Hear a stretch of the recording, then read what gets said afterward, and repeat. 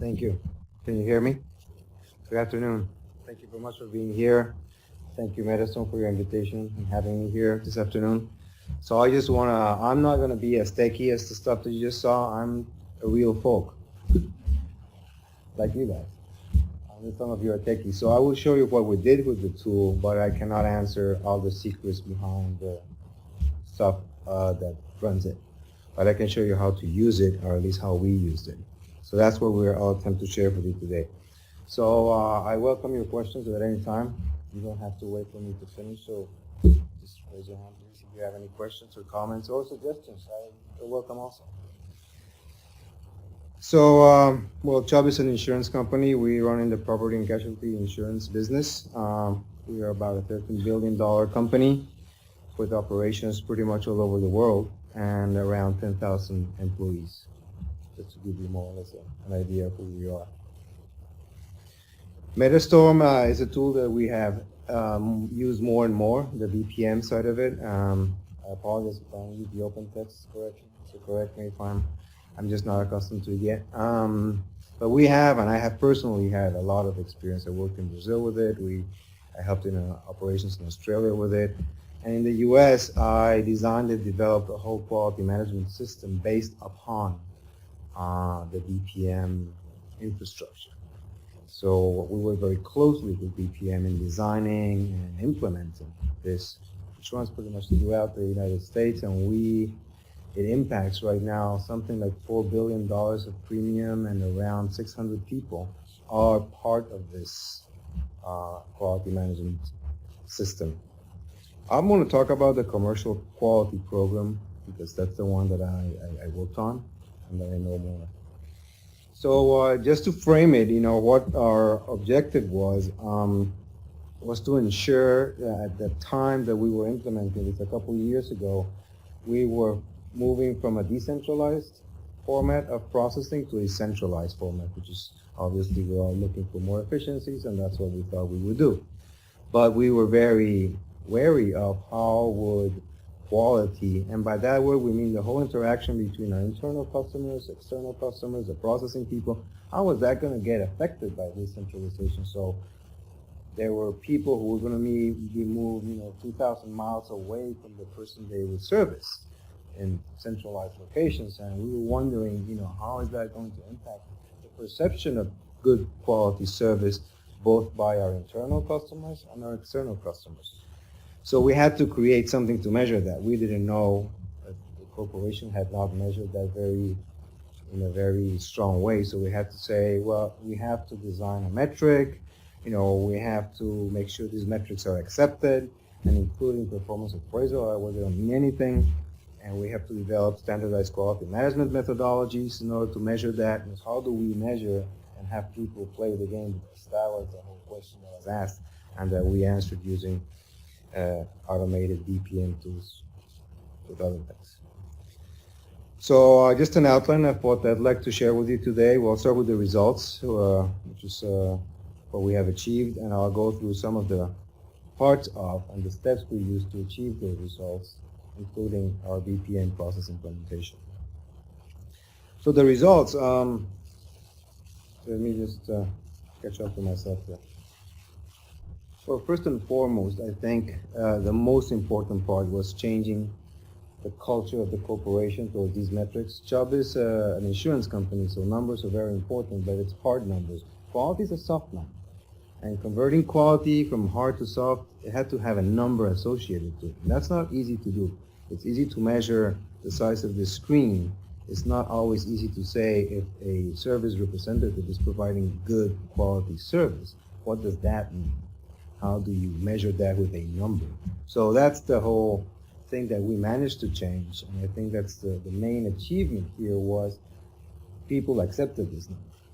So the people that are being checked, their bosses and senior management, they all said, okay, the way you're measuring this thing, we will believe you that it's a valid number. It might not be a perfect number, but it's a valid number that we will be bound by.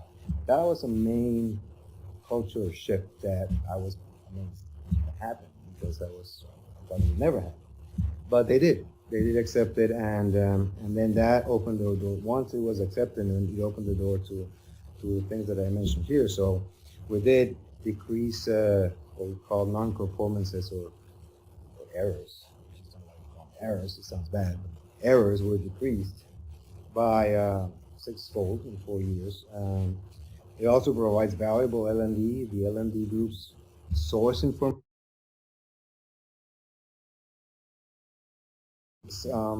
In insurance, maybe in financial services in general, but certainly in insurance, we have four things that people soft measures of quality. One's accuracy.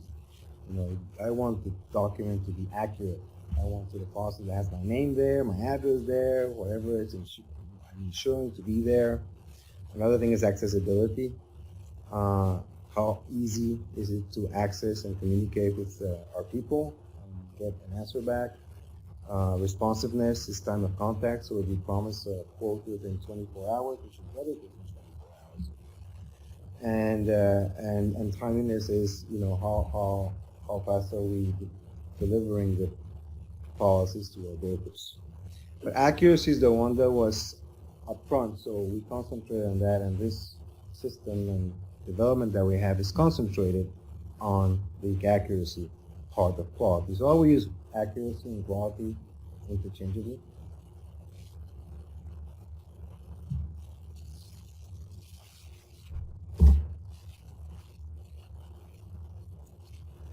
So BPM and accuracy, well, the first thing was a model. So we had to develop models, and we were talking about some models earlier on. So we had to start playing with what is the model that we're going to use? How do we actually track and measure this thing? So a model was used and standardized model, because before that, the corporation had other ways of measuring quality. And pretty much every zone and branch say, well, I call my customer once a day, and if they're not bad mood, I call it a good day.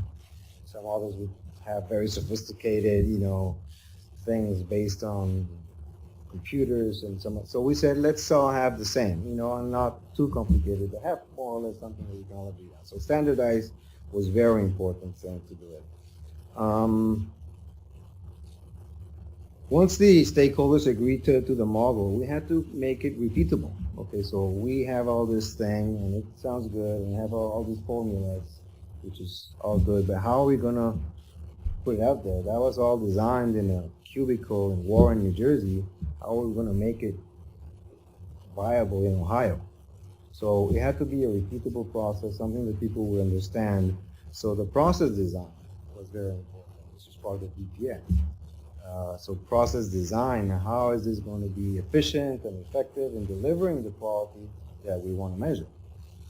So certainly that's where the BPM tool comes in, because that's what it does. It has one model, and certainly deploy and develop something that we can use everywhere in a way that allows people. You saw some of the to-do lists and watch lists and all these other things that we had been showing you a while ago, but we actually use all those things to have people know what they need to do. So the VPN provides us with the ability to capture data, which is very important to analyze it later. Workflow management is key. Who does what? I think you were talking about roles that you can put in your VPN system. So we have those roles, so we understand that. The metrics, whether it's throughput, inventory, variation, anything of that nature that we want to measure, that VPM gives us that capacity. And certainly an interface with a business intelligence tool that will help us analyze that data and provide reports to senior management and people making decisions as to what to do.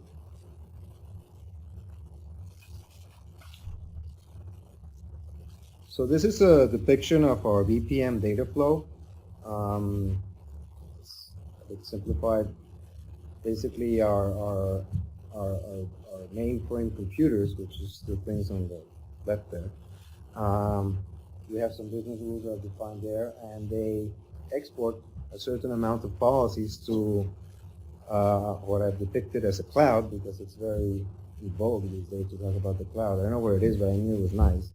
And that data then is shared and downloaded into a business intelligence tool that is used to then slice it and dice it, and I'll talk more about how we do that in the room. So that's pretty much the picture with the cloud. So in our industry,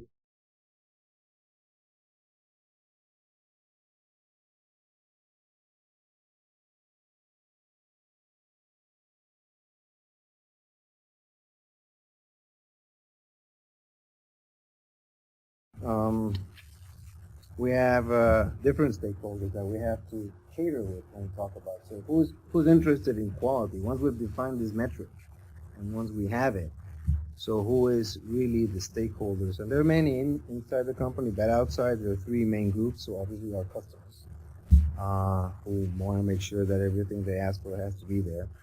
Our brokers or agents who represent the customers, and they also want this to be accepted, but they have also some skin in the game because they are liable if things do not go right. So they're very key on us having the correct things. If we insure something incorrectly and there's a claim, the insured can repeat against the broker saying you did not follow my instructions correctly, and they could be sued for that. So they're very key on making sure that's good. And obviously our state regulators. Insurance is regulated at the state level and not at the federal level. So banks are regulated at the federal level, which is great. But we have 50 different governments to play with. So it's a lot of rules and regulations that we have to comply with because there's not one single federal one. So we want to cater to all these stakeholders in this process. So because of the different stakeholders, we have different accuracy levels. So all this that I'm telling you is how we got, we have to put this in, just to take you back. All this is how we have to design the whole thing. And everything I'm telling you is written somewhere in the code of the BPM process. So we have accuracy levels. So the customer sensitive obviously caters to those aspects that are where the customer is sensitive. So some things might be as basic as the name correctly spelled. We will check for that. The regulatory level, those are all the aspects that regulators want to make sure. So, I'm not going to get into the insurance things, but, we have to file ratings with them. They want to make sure that whatever we said we're going to do, we're doing. That's what the state regulators do. And therefore, we have to look at there's certain rules that we have to abide by. And so we check for that. Did we comply with the rules? For example, as a broker duly registered in the state of New York to transact insurance business, we have to make sure that that is done before the policy gets out there. Otherwise, the state of New York wouldn't be happy. And certainly at the procedural level, we have accuracy because we look at certain parts of the process and make sure that the input of one process and is the output for the other process and so forth, that all these inside little boxes are feeding each other correctly with that information. So we look at those accuracy levels. Those are the different things that we check for.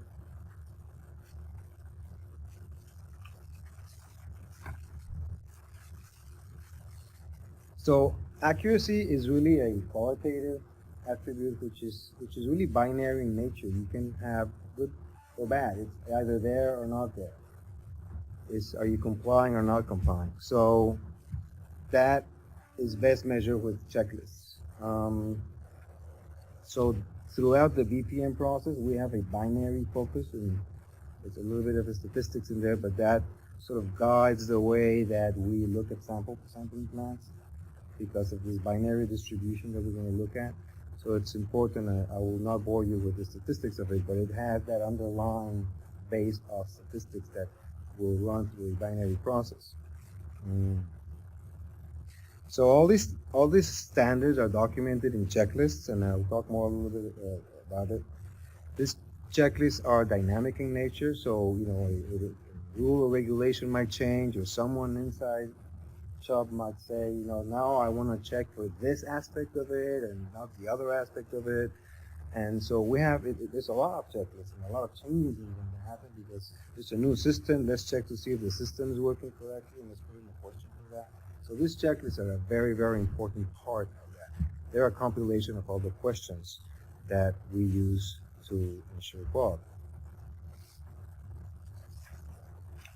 So the question really, at the end of the day, and it might sound simple, but this is really, really hard. That was the hardest part of this. Really, this is the embodiment of quality.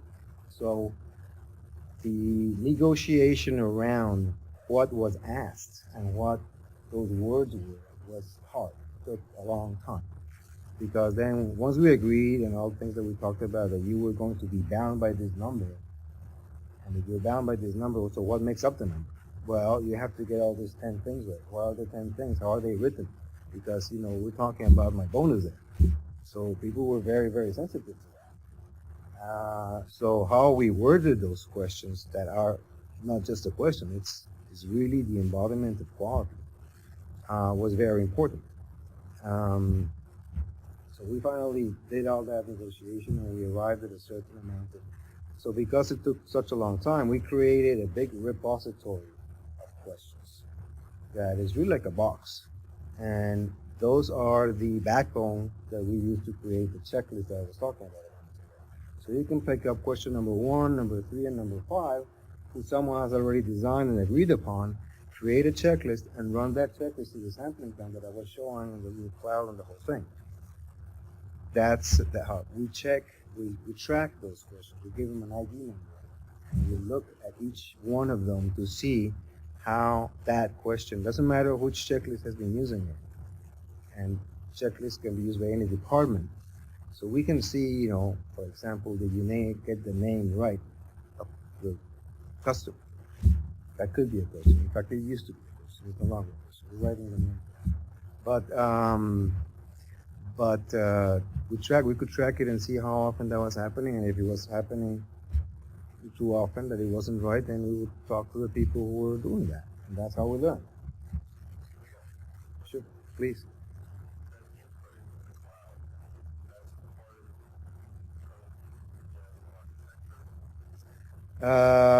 It is a collaboration between the BPM, so I cannot answer that question technically, so there's some technical support, but our commercial underwriting system is the system that holds all the data. It has nothing to do with BPM at this point in time, of everything we issue. We tell that system to give us all policies that have been issued. All those policies that have been issued, because that system contains policies that are not issued, that are endorsements, and all sorts of things. These are a certain group of things. These are done. So we tell that system, give us the things that are done. And then that's what goes into the cloud. Then the BPM system says, okay, I'm going to check Jorge's work. Is there anything that Jorge transacted yesterday? Okay, and if there is, how many things am I going to check for Jorge? So the system will say, well, I need 3 things for Jorge today.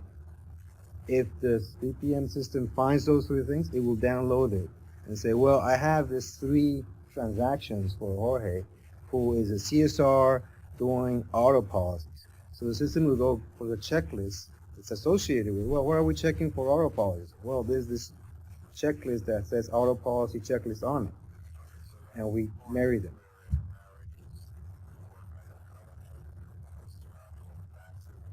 Yes, that is indeed. It took a while. I think it took more than a year. Not because of the BPM, but the internal part of doing that was complicated. You're right. Okay, so the question repository is a really important part of this. It's a quality characteristics that we measure. So then we have to decide what were the metrics.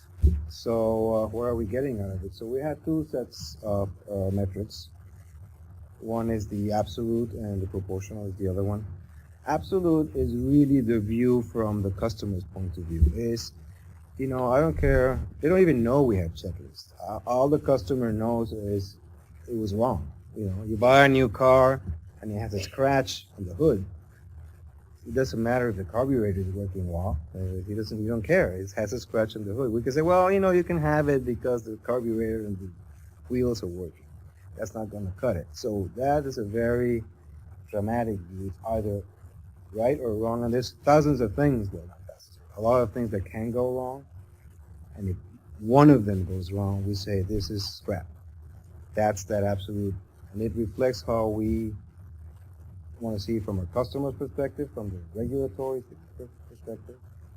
Another one is the proportional, which is a bit different. That, well, in there we say, okay, fine, but if the checklist had 10 questions and you only got one wrong, well, 90% of the checklist was correct. So if you're a person, an underwriter, a CSR working there, well, you can say, well, I'm doing 90% right. We will say, well, yeah, but your customer doesn't know that. The customer only saw that you did it wrong. They don't know that you did 90% right. They only know that you did it wrong. From us internally, we will give you credit for the fact that you didn't get everything wrong. You got 9 correct, but so we care, but we want to carry both of those things, and it could be very different because it's a 0% on your absolute grade, it's a 90% on your proportional grade. So we really use the absolute grade as the one that we want people to follow, and that's the one we track goals with, because that's the view from our customer's perspective. But inside, we also say, well, we're not going to kill you because you got one wrong. It's a retrain or something. It's not a huge problem. If you have 5 of them wrong, then we say, there's an issue here. So that's the kind of thing that we're trying to do. So we have those two things running in parallel.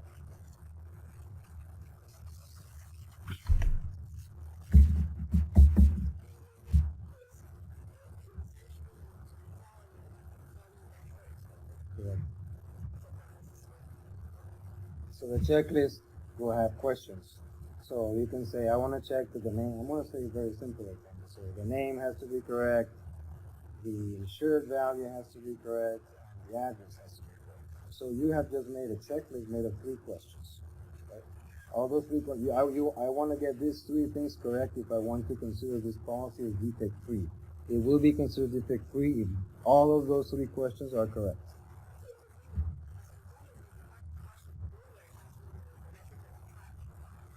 So we track, so I will track then, once I get that checklist and paired, as I was talking with the gentleman, we'll say, well, let's check policy number 1, 2, 3 against those 3 characteristics that we just defined.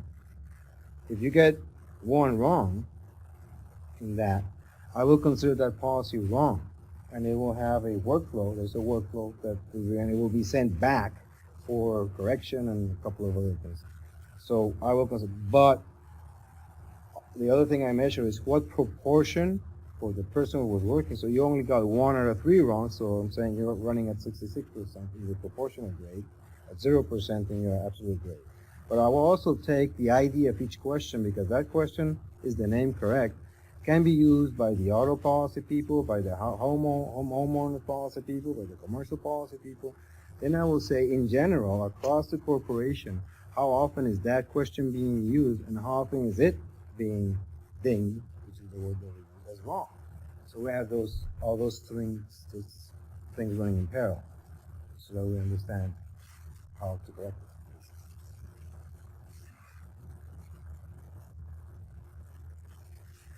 it. So because it's very flexible, one of the good things about the flexibility that it has is that we can target this towards different groups of people. So certainly production staff, and that would be underwriters, CSRs, the people who actually produce, and policy administration.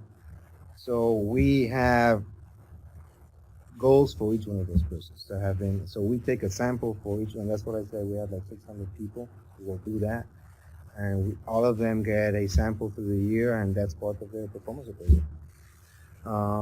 We can also target customers. Now that we have all the data, we can say, how are we doing with Metastorm, which is our customer. So we will track to see what the quality for the Metastorm policies are.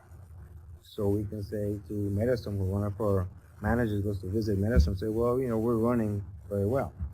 And by customers, I also mean brokers. We can also run and say, all the policies that have been issued for one of our brokers, Marsh McLennan, how are we doing with them? And that's another very interesting, because we do that. We run a report, and we can take it in our pocket to visit Marsh McLennan and say, for all your customers, we're running at 90% or at 99%, and that's important for them because, from a commercial point of view, We can say that we're doing better than our competition, or at least we think we are. So certainly from the states we have market conduct exams, which is what they call the states call when they come and examine our books to see if we're complying. So we know because the states will tell us what they're going to check for. So we have those questions in a state checklist, and we'll say we can sort of predict and say the state of New York is going to kill us this year. So they're going to see everything's wrong because we have that number, and we have to fix it before they come. So we know that, and we do. That's what we do, and we've gotten better market conduct exams because we can predict by using this what the state is going to see. Certainly business unit, we want to target the auto business unit that is run by John. So, hey, John, your business unit is going to be targeted for a review. We want to make sure that auto policies are, so we can look at John and his unit, for example. So those are the kinds of things that this system will allows us to do. It's really targeted, not across the board. We can be very flexible in how we target and use our very scant resources to get the best out of the BPM process.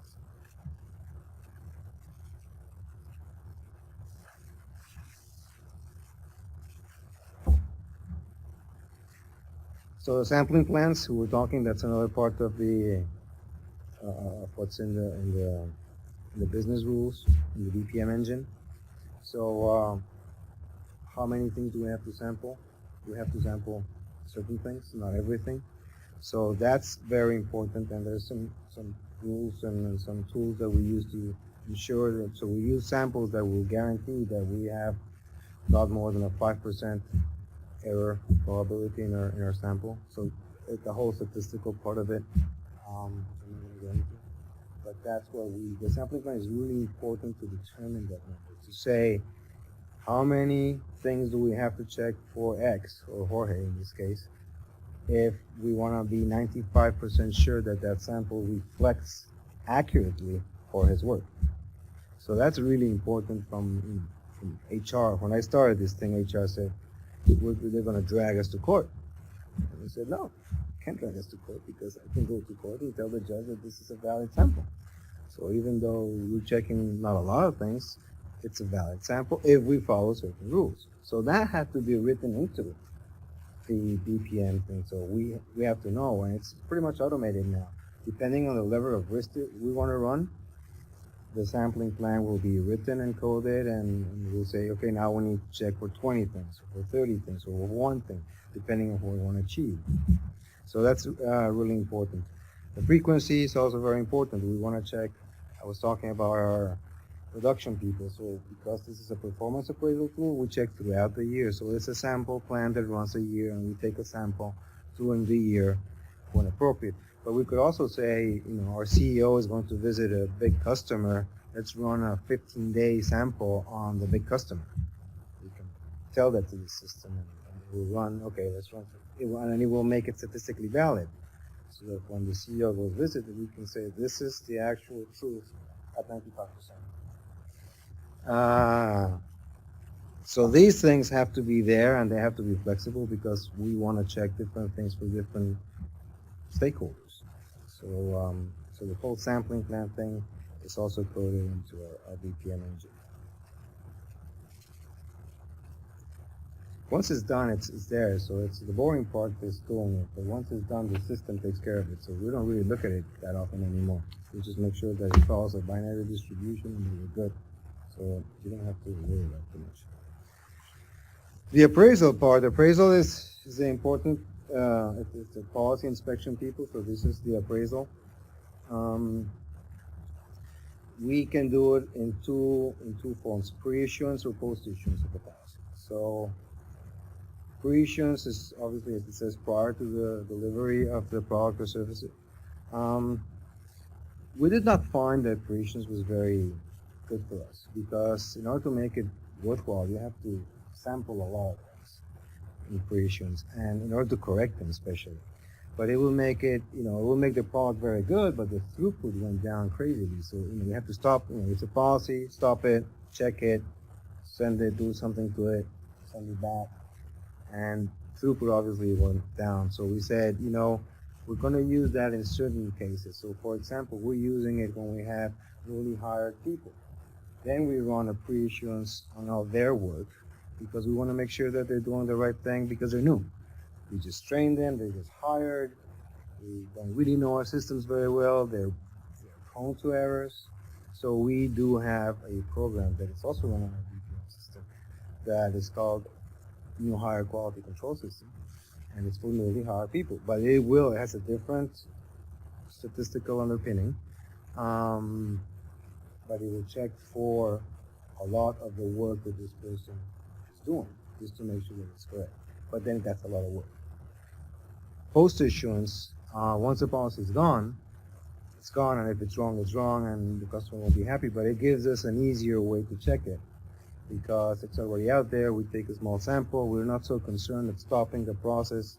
We're not hampering the throughput, and therefore, from a production perspective, it is much better. So this is what we really use for most of the checklists and the questions and everything I've been talking about.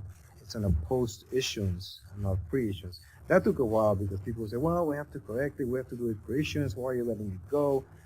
And I said, in order to correct everything that we have wrong, there's a bunch of things. You have to stop everything.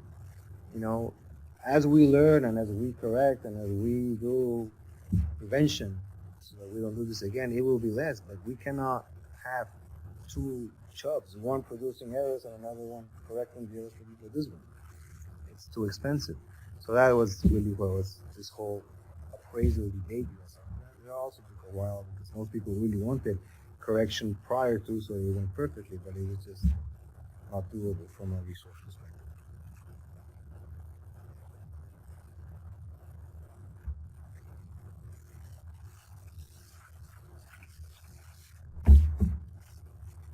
Okay, so we talked about the inspectors. We call them quality specialists. These are obviously the key to the whole thing. These are human beings. We don't have robots, and we're not checking for millimeters in the factory. We're checking for something that's qualitative, that varies from person to person, that can change. It is not absolutely perfect. Different rules are interpreted in different ways by different human beings. So this was very important. We started seeing who could do this at the beginning. We're saying, well, the guy next door will check your work and you check his and so forth. That really didn't work. So we had to create a job description and start looking for people who would do this as a job. And it's a hard job. You have to look at things and check them all the time. It is not an easy job. And not everyone is bound to do that job. So we had to think about how to design the job so that people liked it to start with. And sell it to them. So we took people who, for example, L&D, learning and development people who had been trainers, sort of were more into this because they were doing it with the people they trained. So some of them came from there. It became a career option for people who were, like some very senior CSRs or underwriters. They'd say, well, a stepping up from this position could be this position, and we created that. And that's how we created the quality specialists. They need to command peers. They are the ultimate judges. They are judging by either looking at those questions and answering with the yeses and the no's, which is the binary thing I was talking about. It is up to them. And they have that power. So if it's in your goals and there's a person over there saying no to everything you do, then you're in trouble. So it can't be anyone. It has to be someone that is respected as a judge, that has some peer respect, and that's important. Otherwise, people were saying no because, Mary doesn't like me, so she's giving me all this dinging, and we had that a lot. We said, this is wrong. So we created part of the workflow is a mechanism that we have in the BPM engine that will allow people to raise their hand and say, I disagree with my grade, and that goes through another one of those arcs that you were showing. We have a bunch of those arcs going all over the place. And that happens, we design it using that too. We have the arcs going all over the place because we have to give people the chance to react and say, I disagree. So, but in general, this part of the inspector is very important, and it requires a very specialized high level of knowledge. So, quality specialist is also a role that we have in the Metastar BPM. So that's assigned only to certain very important people.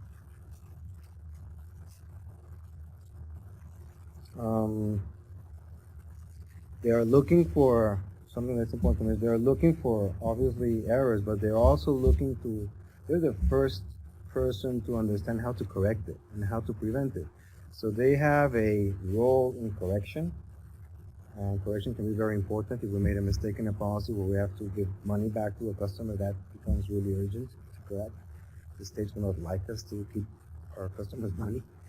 So that person is in charge of making sure that corrective action is taking place properly, but he's also designing the preventive action. So it's not just going through checklists and saying yes or no, but also they are the ones who people talk to and say, okay, we're making this mistake. How can we correct it? What have you seen in your inspection work that we can use to not have this happening? And that's how we really improve quality and improve anything, is by going through that process, iterative process of making a mistake, correcting it, until we learn how to do it right. So that's part of their job also, which is really important. Because they're so important, but also because they are human beings, we have to calibrate them. And by that we mean we have to make sure that they respond to the questions in pretty much the same way, because we have to make sure that a number is a number and it's the number across the country. So calibration is very important. Also, there's a calibration process included in the BPM. One of the things we use for calibration is to tag a review. So we will tag policy 1, 2, 3, 4, and we will send it to everyone. They don't know, so we will tag it. And those results will come in a special report and say how did everyone in the U.S. or the quality specialist answer this specific policy. And we want to see the variance there. So how are we going to measure? Well, we measure it, and we say, well, why is John different than Mary? They pretty much have the same training. Why is that happen? And that happens a lot. And you talk to John and say, well, I interpret this rule that the state of Missouri has as being this, and I thought this was the correct way, but Mary thought it was different. Just their interpretation of the words of the rules of the state of Missouri. And I said, well, let's all agree what the state of Missouri means by these things. So that's one thing. Checklist training, obviously, we put them all in a room and we go through checklists, and the experts say, this is this question and what we mean. This is what we want to check for. These words mean this, and a yes means all these things are right and no is the contrary. That is also done to minimize that error there. Another way that we found to do this is specialize them. So we have people who are only experts on auto policies, and therefore they make less mistakes because they're experts. They only see auto policies, so they make less mistakes. And the issue with that is that we lose a bit of flexibility with them because we don't have a lot of those people. So it's great if you can use them to do auto and homeowners and commercial and hotel policies and all sorts of things. If you say you can only do auto just to make sure that you don't make so many mistakes, that's great. So you have less variation in your results, but then that person can only be used for them. So we use it, but there's a drawback. The other one is the 1Q, and by that we mean that again the BPM system allows us to do that. So we program it so that the next transaction in the system will go randomly to the next person available. That's how the 1Q works. So that means that you do not get always, if I'm sitting in Missouri, I don't always get Missouri policies. Now I might get a policy from Texas now, and then a policy from New York City, and then a policy from California. So if I have a mistake that I'm making, my mistake is going to be spread around. And so is the mistake of everyone else. So in a random system, that error will be dispersed to a level that it would be pretty much impossible to determine with mathematics. So we know it's not perfect. We know there's an error there, but it's spread so thinly that you cannot see it. So that's another way to do that. Now obviously we have a lot of quality specialist metrics, so we can run reports based on the data that we get from our BPM system. That will tell me how Jorge, who is a quality specialist, what is his metric using one of those metrics I was talking about, the absolute metrics. Okay, instead of looking at the metric for the person who's being targeted with this, I can look at the metric that is the inspector or the quality specialist metric. So, how are you running? So, are all the people? Is your average score of the things that you check 90%, while the average score of your partner is 88%? Why is that? Why do we have to consider things there? And we look at that. So those are very important questions. So all that had to be automated. It was. We have three basic things that we have. So we have a question repository, which I talked about. It's an Oracle database, and we have all questions there. Then we have the BPM application. That is the open text application that we talked about.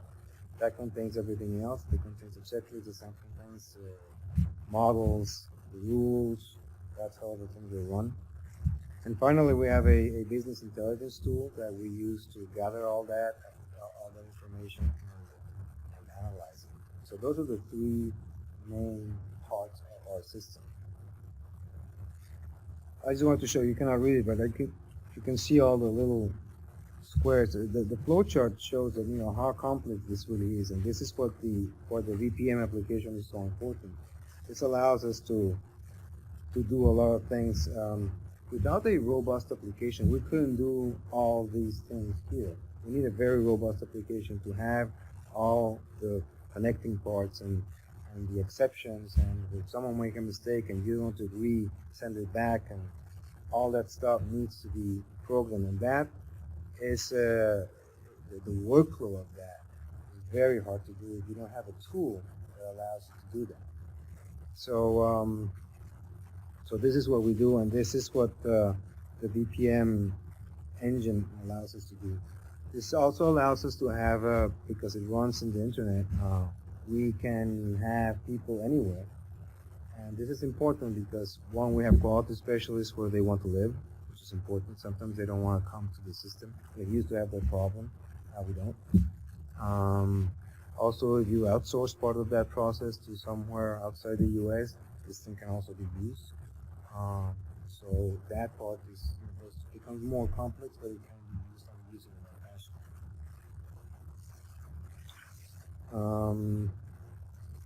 So the business intelligence we talked about, we use two types of reporting there, static reporting, and we have standardized KPIs that have been selected by management to use for this.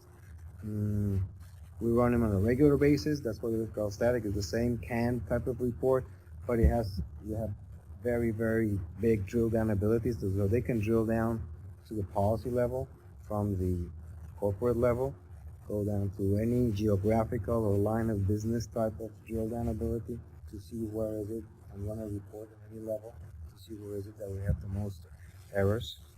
We also have dynamic reporting, which is based on data cubes. That's analytical in nature, so we can do what-if models. We can say, well, let's see the correlation between a geography and a certain error, or any type of correlation we're looking for, in order to determine how to correct and make the process more efficient, and therefore obviously less expensive. So those are the two main types of reports that we use with our reporting tool. So in conclusion, you can see that I'm an advocate, and BPM is a great tool to ensure that customer and stakeholder satisfaction. But it has to be used with a standardized method, an automated platform, and contain rigorous business rules and sound statistical underpinnings. All those things have to come together, and that was our experience. Not a single one of them, to have a really viable and